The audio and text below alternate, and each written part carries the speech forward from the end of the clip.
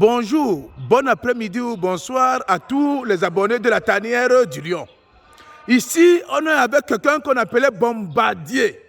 Après Mbappé P, après Koundé Jérôme Emmanuel, ce monsieur avait des tirs tendus. Il vit aujourd'hui aux États-Unis, plus précisément à Dallas. Il est galactique, il est historique.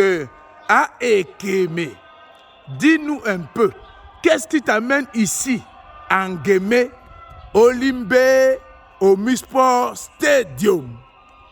Merci, le président fondateur de la tanière. Je crois que personne n'ignore la dernière Coupe d'Afrique des Nations organisée par le Cameroun.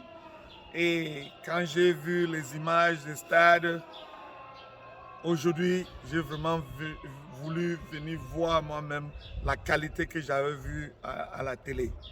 D'accord. Alors, Kémy, on se rappelle de beaux jours avec le Canon sportif de Yaoundé, et n'est-ce pas, et avec quelques matchs avec l'équipe nationale du Cameroun. Si on te donnait tes 19 ans ou 20 ans, toi qui as vécu presque dans cette ville, n'est-ce pas? Alors, avec des matchs de championnat que tu avais en jambes, n'est-ce pas, tu penserais que tu manquerais quelques coups francs? Je crois que la jeunesse d'aujourd'hui est vraiment, je peux dire qu'ils sont chanceux. Et ils doivent être heureux pour jouer sur les stades, de beaux stades comme celle-ci. Nous, on avait l'Obisport de Yaoundé et le stade d'unification de Douala. Mais maintenant, quand tu comptes les beaux stades qui sont au Cameroun, toi-même tu te dis qu'il faudrait que tu aies eu cette chance de jouer sur les beaux stades. Donc aujourd'hui, vraiment, je suis fier que le Cameroun en est arrivé au niveau où on a au moins plus de 10 beaux stades au Cameroun. Alors, tu as vu le match Inter de Milan contre Manchester City. Alors, comment est-ce que tu as trouvé notre gardien Onana dans ce match? Je crois que je voudrais d'abord vous remercier, le président fondateur de la tanière. Mais à ce qui concerne le match d'hier, je crois que notre gardien Onana a gardé le match intéressant et très serré. Quand on voit les actions qui rayent, les premières actions de Haaland, là il ne bouge pas, il ne panique pas, il sauve le ballon sans que tu vois que... Et après il y a Phil Foden qui est entré dans la surface, et il a pris ça comme... Donc Onana, je peux dire, tout le monde qui regarde le football, c'est un gardien qui a vraiment montré qu'il est dans la classe des grands gardiens. Et il est jeune, et je crois qu'il ne va que continuer à progresser. Et je le souhaite vraiment beaucoup de meilleur. Je le souhaite toutes les bonnes choses pour que tu peux souhaiter à un footballeur. Onana, Ekeme, pour dire la vérité, on était ensemble. Mais après ce match, il fallait attendre 3 heures du matin, n'est-ce pas? Alors, à 3 heures du matin, il y avait le match Mexique-Cameroun qui se jouait à San Diego. Alors, comment est-ce que tu as trouvé le Cameroun qui a fait 2 buts partout? Je crois que le résultat là ne montre pas exactement ce qui s'est passé au match. Et si vous avez suivi le match, le Cameroun a mené. Les Mexicains sont revenus au score à la 42e minute. Et il y a Toko Kabi qui a encore marqué un but à la 67e minute, je crois. Et on a encore fait une petite erreur qu'ils sont encore revenus au score à la 85e minute. Tu vois donc que c'est un très bon résultat pour le Cameroun. Tu voyais le Cameroun bien organisé, comment il contrôlait le jeu. Ça veut dire qu'il y a l'avenir dans cette équipe et je leur souhaite de bonnes choses. Alors, s'il faut dire un mot à l'entraîneur avec qui tu as joué plusieurs matchs, on l'appelle dans la tanière l'entraîneur tacticien, le manager sélectionneur. Rigobert Sombanak Djaman, dis-lui un mot. Je veux dire à Djaman qu'il faut continuer avec ta forte mentalité. C'est le côté mental que tu as grandi. Bâtir tes joueurs avec une forte mentalité qui n'ont jamais eu peur de jouer contre n'importe qui. Et le match d'hier a montré avec tout le public mexicain qui était au stade. Je peux vous dire qu'il y avait peut-être seulement 200 ou 100 000 personnes, 100 Camerounais, mais les gars n'ont pas fléchi. Ils ont joué dans cette pression.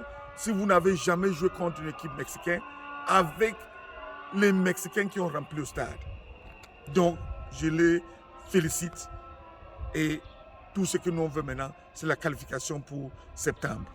Alors, si le Cameroun gagne en septembre, est-ce que tu peux quitter les États-Unis pour aller en Côte d'Ivoire?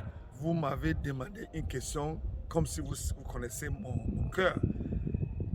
Je serai en Côte d'Ivoire pour supporter les Lions. Et les Lions vont gagner. D'accord, tu sais, en 84, n'est-ce pas? On a pris la Coupe d'Afrique là-bas. Tu penses que le Cameroun a une équipe pour dompter encore en Côte d'Ivoire? Je peux vous dire que quand vous regardez l'équipe du Cameroun, ça vous sort des surprises quand vous n'attendez pas trop. Je prends l'exemple de 2017. Personne ne nous donnait la chance de gagner. Donc le côté mental du Cameroun va toujours prévenir. Donc je suis confiant que quand on va mettre l'équipe en place, Son est déjà là maintenant il a déjà passé 1 an. Il connaît les joueurs le connaissent, il connaît déjà tactiquement comment il va jouer. Donc je mise que le Cameroun va aller plus loin dans cette Coupe d'Afrique. Alors Ekeme, le président, celui-là même qu'on appelle l'envoyé de Dieu, Samuel Eto'o-Fils, a pris les commandes de la FECAFOOT. Alors, dites-nous un peu, vous qui êtes déjà à distance, vous êtes depuis les États-Unis, n'est-ce pas? Comment est-ce que vous voyez la chose avec Samuel? Merci, président fondateur de la tanière. Je crois que tout le monde qui suit notre président de la fédération, M. Samuel Eto'o, peut reconnaître la valeur qu'il a ajoutée dans notre football. Ça veut dire, je suis de loin, mais je suis l'évolution du football camerounais. Et il a beaucoup aidé le Cameroun à progresser dans certains domaines. Le travail n'est pas encore fini, mais tout le monde qui connaît Eto'o, il est là pour jamais échouer. Eto'o est là, c'est un gagnant. Et il va gagner. Et le Cameroun va gagner. D'accord, Ekeme. Aujourd'hui, dans notre équipe nationale, on ne parle plus de primes de match. Qui a fait ça? Monsieur Samuel Eto'o. Aujourd'hui, on va dans une compétition, tout est correct. Qui a fait ça? Toujours notre président, Monsieur Samuel Eto'o. Alors, envoyez un mot à Samuel. Dites quelque chose à Samuel. Je ne peux que l'encourager, je ne peux que l'envoyer tous mes supports pour qu'il continue, qu'il ne fléchit pas. Ça ne va pas être un travail facile, lui-même reconnaît, mais je le souhaite tous les bonnes chances. Alors, si tu entends Thomas Nkono, qu'est-ce que Thomas Nkono, qu'est-ce que ça te dit? Bref, le meilleur gardien du monde, déjà pour commencer. C'est une légende. Je le mets, dans mon opinion, comme parmi les plus grands gardiens du monde. Alors, si tu entends Ndipakeme Victor, je ne fais que dire que c'est les légendes camerounais. D'ailleurs, j'ai eu ce privilège de partager les vestiaires avec M. Ndipakem. C'est un homme gentil, mais un homme très rigoureux quand il entre au stade. Et ça l'a amené loin. L'un des joueurs camerounais qui a joué 2 Coupes du Monde. Il a joué au moins peut-être 5 Coupes d'Afrique. Ça, ce n'est pas facile. Donc, vraiment, ça, c'est les gars que je dis merci. Merci pour le Cameroun. Alors, si on vous dit Wemelen Pierre, Emmanuel Petit, Ferbé. Le nom de Weme me fait rire. Fait rire parce que c'est comme tu vas derrière la maison, tu vois la fleur, tu mets un peu l'eau, tu mets un peu l'engrais. Wome, je l'ai connu étant un bon petit gamin et je suis très content de ce qu'il a fait dans le foot. Ça, c'est un rêve d'un maître DPS ou bien un grand frère, un support qui l'a aidé comment frapper le ballon quand il avait que 12 ans. Donc, ce qu'il a fait me rend toujours au cœur. Quand je vois Wome, je suis content parce que c'est un produit qui est passé entre mes mains.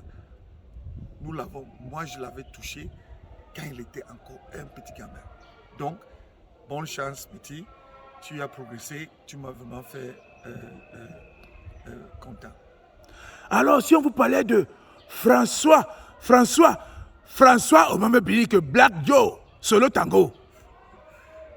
Vraiment, l'un des plus calmes joueurs que je connais, mais l'un des plus prédateurs dans la surface de réparation. Je veux dire, j'ai vu Omar marquer un but en France. Coup de tête à l'entrée de 16-50. Et c'était but. Canon Kamak, demi-finale à la Coupe du Cameroun. Canon Kamak, il nous marque un but, presque même chose. Et qui le barrait? Paix à son âme, le grand stopper Massing. Et il nous marque un but de la tête. C'est un génie, c'est une légende, François Mambi. Alors, si on vous parlait de Mbou Émile, Mangurutu Maman et Émile Boutagenio. Je l'appelle capitaine parce qu'il mérite. C'est l'homme qui rassemble. Il a été capitaine de l'équipe nationale junior avec moi. Il a été capitaine de l'équipe nationale. Donc, Émile, c'est un rassembleur. Émile, c'est un bon parleur. Émile, c'est quelqu'un qui n'aime pas la guerre. Il résout les problèmes. Il sait comment parler aux joueurs et même pas seulement à ses joueurs, même ses coéquipiers. Un battant. C'est pour ça qu'il a réussi. Alors, si on vous parlait de Kala Congo, Raymond, la tour de contrôle, Barési, le libéraux historique. Mon ami, mon petit frère Kala, était l'un des meilleurs libéraux qui a touché le gazon ou bien qui a lassé les chaussures au Cameroun. Preuve, après notre victoire, la Coupe du Cameroun, on a recruté Kala et il est venu, il a montré de quoi il était. Et voilà, le succès n'a même pas mis long. Kala était déjà à l'équipe nationale, il était professionnel. Donc, j'aimerais vraiment lui dire merci pour le bon travail et qu'il continue à aider son ami Son pour qu'il progresse dans ces mêmes lancers. Alors, si on vous parlait de son excellence, le meilleur avant-centre du monde, Roger Albert Miller, celui-là même qui n'a jamais raté de but, quand il entre dans les 5,50 m, c'est penalty ou Mbunja. Le grand Roger, mon co-chambier en 94, il m'appelle Grenette. Grenette. Je crois que je l'ai dit qu'en 66, j'étais couru pour le toucher quand il jouait son dernier match au Cameroun avant d'aller professionnel à Kumba. Donc il a ri que tu étais petit et tu es venu me toucher. Il fallait que je cours pour le toucher. Donc c'est mon idole, il restera mon idole. Alors, dites-nous un peu un joueur, n'est-ce pas, qui vous a marqué dans l'histoire du football camerounais, n'est-ce pas? On va être franc. Je crois qu'il y en a tellement, mais comme vous m'avez précisé de choisir, mon choix va aller sur Samuel Eto'o. Samuel Eto'o, je ne l'ai pas connu au Cameroun, mais quand j'étais déjà aux États-Unis, ils sont venus jouer et il était le joueur qui m'a beaucoup... Ça ne m'a plu quand je l'ai vu jouer à l'équipe nationale. Donc maintenant, il est parti jouer dans une équipe que je supporte beaucoup, le Barcelone. Donc, j'ai fait 4 heures de route pour aller le voir jouer. Et finalement, j'étais content parce qu'il m'a reçu. Et on s'est rencontrés après ce match pour la première fois. D'accord, parlez-nous un peu de Koundé Jérôme Emmanuel, Atat, Niamoro. Qui ne veut même pas durer pour dire que l'inspiration des tirs, je l'ai copié, je l'ai beaucoup aimé, la façon qu'il frappait le ballon.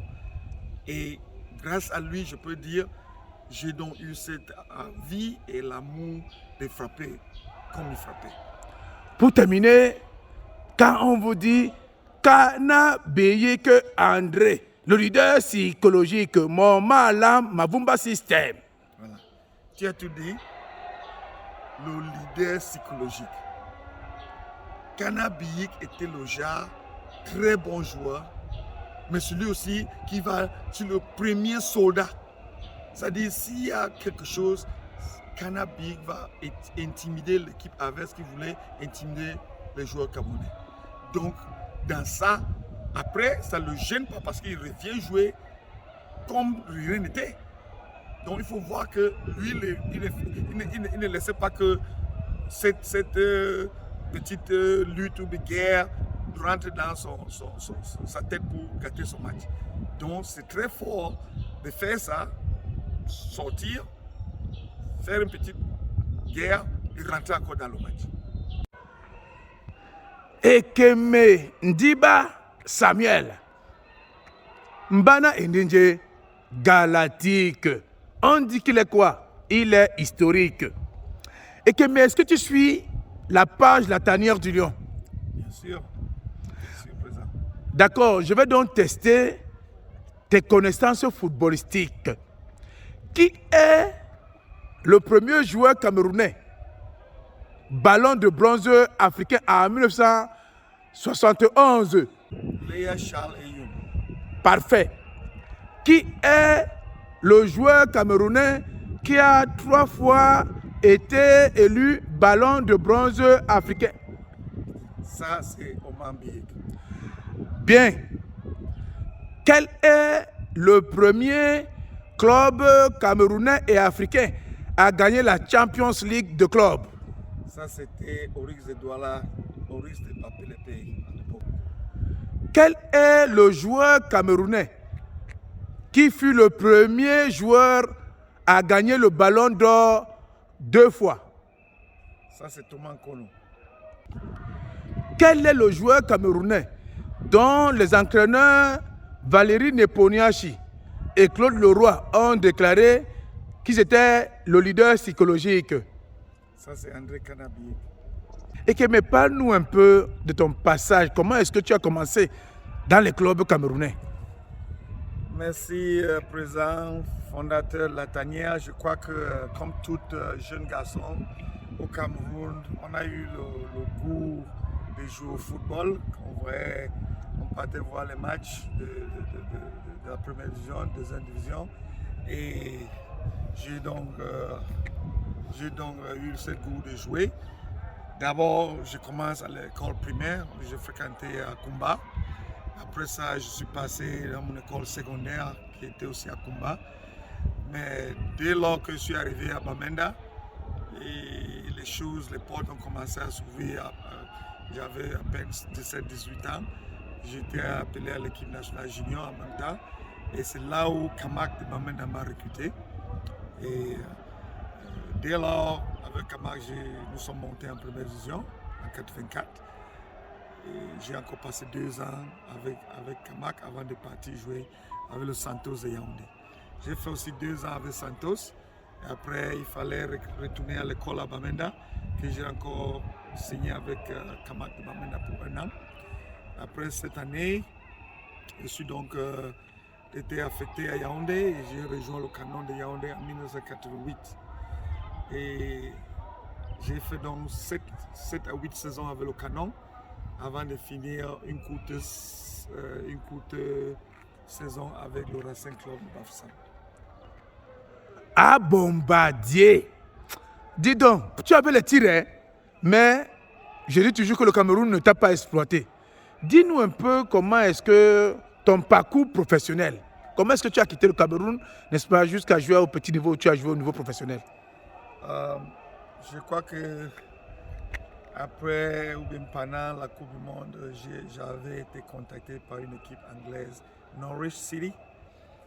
Et enfin, cette relation n'a pas duré parce que les gens, il y avait un problème de transfert de canon de Yaoundé pour aller en Europe. Et bref, mon manager m'a envoyé aux États-Unis. J'arrive aux États-Unis, il fallait jouer avec un petit club parce que la ligue de MLS avait un petit retard, donc ils n'ont pas commencé en 95, ils ont plutôt commencé en 96. Cependant, j'ai fait 2 petits clubs. J'ai fait une équipe de Hawaï qui s'appelle Hawaii Tsunami. Et après ça aussi, j'ai fait le football en salle au Mexique pour ne serait-ce que me garder en forme. Et en 96, donc, j'ai été recruté par MLS et j'ai été envoyé à Kansas City. Kansas City, l'équipe de MLS que j'ai passé 2 ans. Après mes 2 ans, il y avait un problème de renouveler mon contrat. Je suis donc passé jouer les prochaines 7 années en salle, football de salle. Et l'équipe là était Kansas City Attack.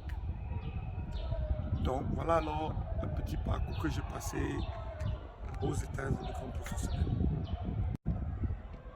Ekeme Ndiba Samuel, ceux qui ne t'ont pas vu jouer, ils ont raté quelque chose. Les tirs tendus, c'était Ekeme.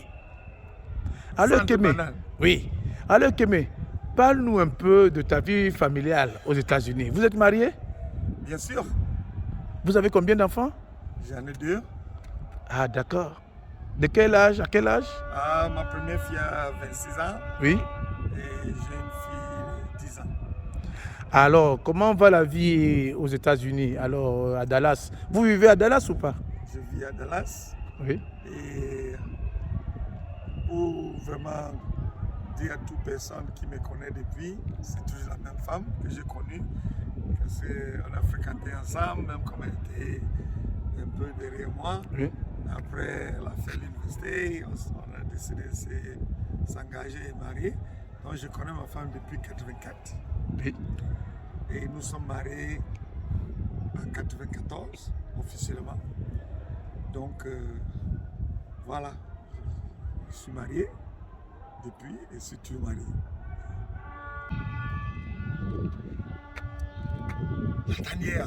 La tanière du lion. Pour ceux qui ont créé l'histoire, c'est le Cameroun qui gagne toujours. Cameroon wins always.